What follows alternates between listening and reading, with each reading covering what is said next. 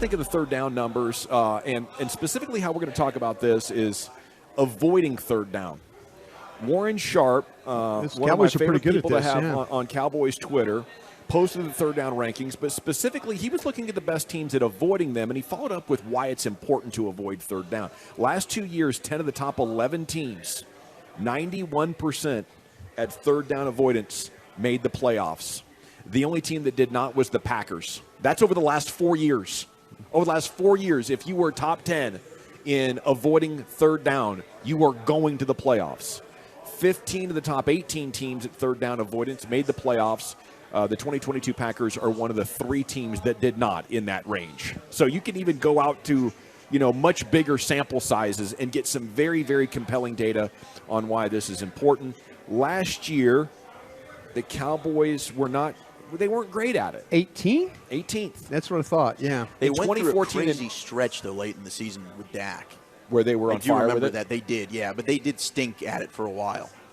Yeah, and I think it's important, although in any one season, maybe the sample size isn't big enough. But in 2014 and 2016, when the Cowboys' offense was what was generating the wins and the first place, finishes, that was teams that were number one in the NFL.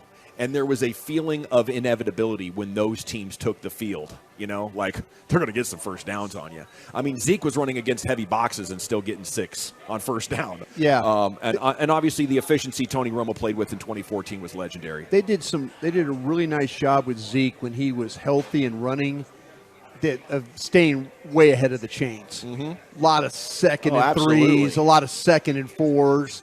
Yeah. They weren't giving up sacks. They were just, everything was on schedule, staying ahead of the chains, and Zeke did a nice job of finishing off runs, getting first downs on second down. Mike Lombardi calls it playing CFL football because you have one less down in Canadian football. So Mike say, hey, sometimes you got to be a CFL team. You got to be a CFL team. Get on 2 downs instead of 3. Get on 2 downs instead of 3 and play that way. And the teams, like you mentioned, is it Kansas City or San Francisco? It's number 1. Kansas City's 1. You got Mahomes, right? Yeah. Josh Allen, too. You got it's But Buffalo. there was a time. Remember Aaron Rodgers, Lawrence, Burrow. Those are your top 5. Remember before Dallas played Kansas City, that Dallas went to Kansas City, and everybody felt like that they'd figured out Kansas City's offense. They were really bad on third down. Mahomes was struggling a little bit. Yeah. And then, that's the amazing thing about Kansas City. They've gone through stretches where you're thinking, what is this offense now broken? They can't run the football. Yeah. And then all of a sudden something happens. They flip the switch, and it's ball game after that. That problem is fixed. Well, I think it's something huge to look at. I think analytics have a lot to do with it. For a long time, you get second and short, that's a shot play. Yeah. And a lot of teams ended up fiddling away and then ending up with third and short, not being able to convert. The NFL has adjusted from second and short shot play to second and short, we're going to take the first down, or we're going to have an intermediate play where maybe the defense isn't expecting it. And those are the kinds of plays that you can catch and run with and, have huge opportunities, as a lot of times the defense is expecting deep or short. And maybe that's something the Cowboys analytics department can help clarify or make them better at. But if you look at analytics or indicators that will make it a clear blinking light this team is heading for the playoffs, I think after the first 4 or 5 weeks, how good are you at avoiding third down is huge. We got news. Rookie first-round pick Mazi Smith is going to make his Cowboys debut Saturday against the Jags. He missed a practice this week, had an MRI on his knee, but he's good to go. And that's great. The fact that just a couple of days off can make that knee good enough for a game, that's exactly what we need to be looking at. We need to check on Luke Schoonmaker, too, because if Schoonmaker had practiced today full, I have a feeling that he was going to play in the game on Saturday. So I need to check on that, how that went. I didn't hear anything about him missing practice or anything today. I think he was part of practice, but I don't know if he was limited. Okay, we'll check on that because the questions were Schoonmaker and Mazi Smith both going to be able to play in this game? Right. And it looks like that they're on schedule for that. And at practice today, we mentioned Chuma Edoga getting carted off. It's a hyperextended right knee, according to Michael Gelkin, who talked with some sources there with the Cowboys. He would know.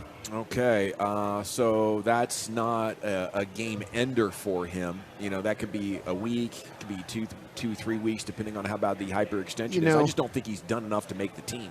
The thing that's really disheartening right now is Edoga was brought in to be the bridge, the veteran bridge, if everybody else was kind of pooping in the bed. and what's happening he's pooping in the bed with everybody else. Wow. And so that's that's the problem. And now it just magnifies the problems that you have. Not better than the kids. Yeah, it just magnifies the problems that you have with no Zach Martin. Yeah. All of a sudden now he's playing left tackle, he's playing right tackle, but he's not playing anyone very well. We thought, maybe Edoga would be a decent opportunity or an option to play guard. He can't even do that. So this is one of those things where I wouldn't be surprised if the hyperextension goes a couple of weeks and all of a sudden he's not right. This is like an injury settlement thing and move on from him. I think that's the way it's trending myself. I'm excited about this, about this running game and what can be if Schoonmaker plays. If they do get some good offensive line plays, we're having some braised short rib delivered. Oh my God! Parmesan mashed potatoes. Parmesan mashed potatoes. That looks amazing. I cannot wait until Hurtado masterpiece. I'll tell you, this is like it's too pretty to eat, but you're going to have. It really is. Yeah, that's gorgeous. Chef Brian, we might need to get a Brian Broaddus food review from this. Yeah, how about that? I'm showing on the camera here. Stunning. I at least want to try that out. I don't think I've ever had any braised short rib. Oh my God! It's just beautiful. It's just so, and you can tell it's just tender, and the potatoes are well done. The new spicy barbecue sauce. Yeah, I did. I tasted that. It's fire too, as well. Okay, speaking of beautiful guys, we were talking about Schoonmaker there. We're going to go to Blogging the Boys right here in Cowboys Twitter. 3 things we want to see from Dallas in preseason week 1. This is from your guy at Brian Martin NFL, doing a nice job over there as part of the Blogging the Boys team, and we thank him for this content. But the first thing that we're bringing up is battle of the backups, and we got a picture here of Deuce Vaughn. The Deuce is loose. There's excitement building about a Deuce Vaughn. I think it was Mike Fisher yesterday who reported that he's hearing maybe Deuce Vaughn is the favorite to be the actual backup and have a significant workload. Not a third back, but maybe the front runner to be second back. If Deuce Vaughn's going to come out here and make plays and make you wonder, wow, is he as good as Pollard? Right? That's a huge bar to get to.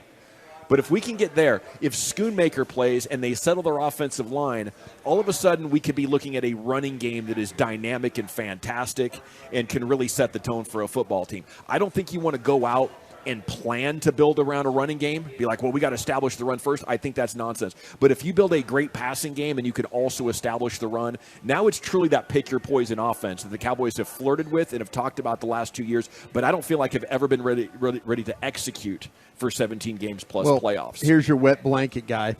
If that offensive line doesn't improve, you're going to have to lean on a running game. You got to have Martin and Smith. You've got it. You're going to have to establish something because it's going to turn in if you drop back, you can't get the ball to your receivers.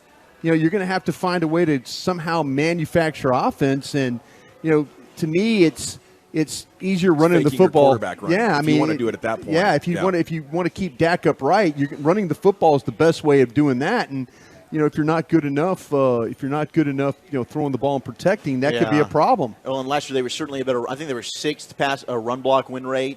And 31st in pass block win rate. They were very, very bad in pass protection last year. I mean, that goes back to what's Terrence Steele's strength, right? It's run blocking. Can he improve and take another step as a pass blocker? I think Biadish's strength is as a run blocker. Tyler Smith, it seemed like it was as a run blocker. We talked about that last year. We went through the line before the season, Brian, and you said, what are they better at? It was run blocking to a man. That's why probably they're trying to change the pass sets and some of the pass blocking with Mike Solari now. God, I hope this is not a waste of some skill guys on the outside that you can't get them the ball because you can't protect. How quick they're trying to get the ball out in space. So number 1 there from Blogging the Boys, things to look at, Saturday Battle of the Backups. A lot of the starting positions are set. I don't know if there's any starter who is facing a challenge from an incumbent.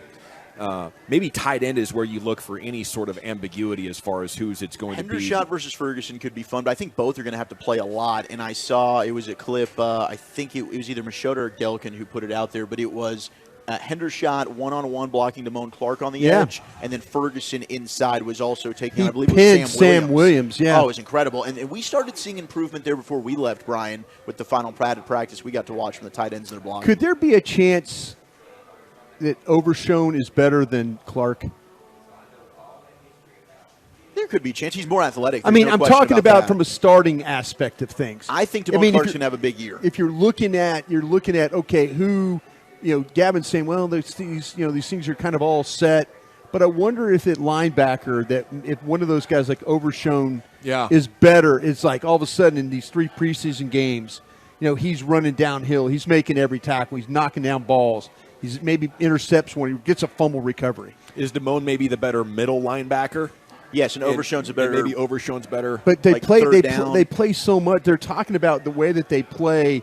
They want to rush. I don't know. I mean, they were showing us. So you play 2 linebackers, right? Exactly. So your base could be Van Der Esch and Damone Clark, but you get into a passing situation, right. you leave LVE in there, and then you sub Overshown, and that makes a lot of sense.